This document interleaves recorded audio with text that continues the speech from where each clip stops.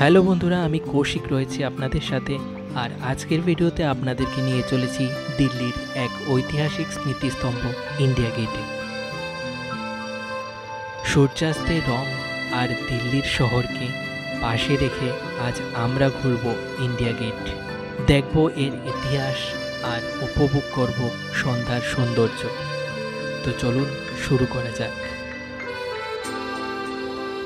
Hotel থেকে বেরিয়ে মেট্রোতে করে আমরা প্রথমে পৌঁছলাম সেন্ট্রাল সেক্রেটারিয়েট মেট্রো স্টেশনে। সেখান থেকে অটোতে করে আমরা রওনা দিলাম ইন্ডিয়া গেটের উদ্দেশ্যে। তো এই মুহূর্তে আমরা এসে পৌঁছালাম ইন্ডিয়া গেটের ঠিক সামনে। আর ইন্ডিয়া গেটের ঠিক বিপরীতেই রয়েছে কর্তব্য পথ, যেখান থেকে রাষ্ট্রপতি ভবন আর সংসদ ভবন দেখতে পাওয়া যায়। সপ্তাহে 7 দিন অর্থাৎ সোম থেকে রবি প্রতিদিনই এই ইন্ডিয়া গেট সবার জন্য উন্মুক্ত থাকে। আর এই ইন্ডিয়া গেটে প্রবেশের জন্য আপনাদের কোনো প্রকার টিকিট লাগে না। আপনি আপনার পরিবার, বন্ধুবান্ধব, প্রিয়জন সবাইকে নিয়ে এই ইন্ডিয়া গেটে ঘুরতে আসতে পারবেন। সবার জন্যই এই ইন্ডিয়া গেট একেবারেই উন্মুক্ত। আর ছুটির সময় এখানে অনেকে পিকনিক করার জন্য এসে থাকে।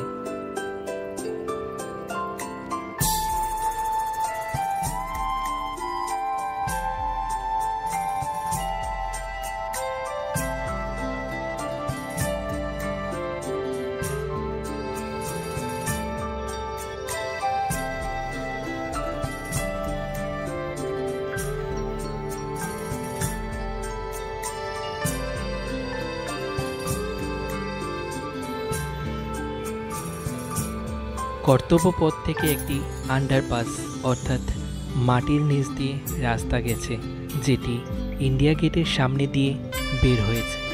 আর আমরা এই পথ ধরেই রাস্তার বিপরীত প্রান্তে পৌঁছে গেলাম।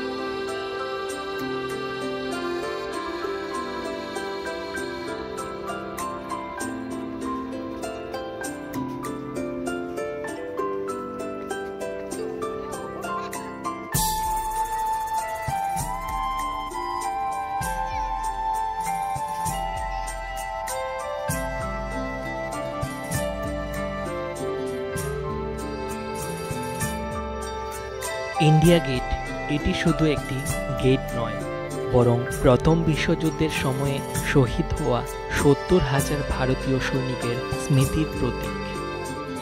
এটার উচ্চতা ৪২ মিটার, আর এখান থেকে দিল্লির শহরটা একেবারে মনোমুগ্ধকর লাগে। প্রতিদিন এখানে দেশের বিভিন্ন প্রান্ত থেকে বহু পর্যটক এসে ভিড় জমায়। তাছাড়া দেশের বাইরে থেকেও এই গেট দেখার জন্য অনেকেই এসে থাকে।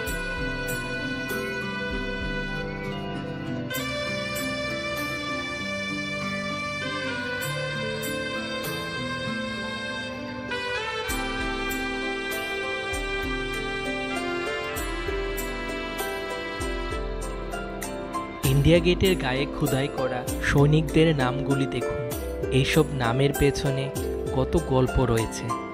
একদম গা ছমছমে একটা অনুভূতি, তাই না?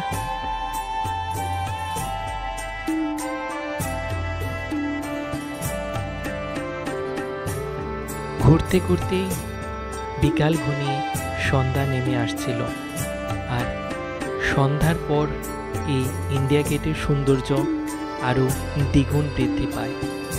আলোয় আলোয় পুরো গেটটা একেবারে ঝলমল করতে থাকে। এখানে এত ভিড়, সবাই ছবি তুলছে, ঘুরছে, রিল বানাচ্ছে। একটা সুন্দর পরিবেশ চারিদিকে বিরাজ করছিল।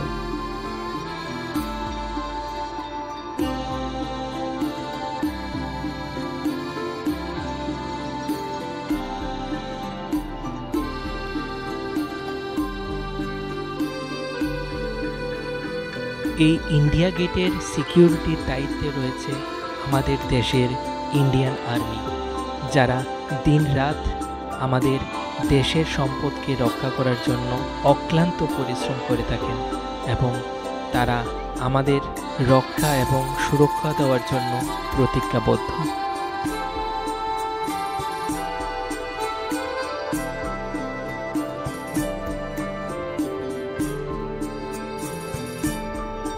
এই ইন্ডিয়া গেটের ঠিক পাশেই রয়েছে নেতাজি সুভাষচন্দ্রের একটি স্ট্যাচু, যেটিকে কিছুদিন আগেই নির্মাণ করা হয়েছে। এর আগে এটি এখানে ছিল না। আর এই স্ট্যাচুটিকে দেখলে ভারতীয় হিসাবে আপনিও নিশ্চয়ই গর্ববোধ করবেন। রাতের বেলা রঙিন লাইটের আলোতে এই স্ট্যাচুটি আরও বেশি সুন্দর দেখায়।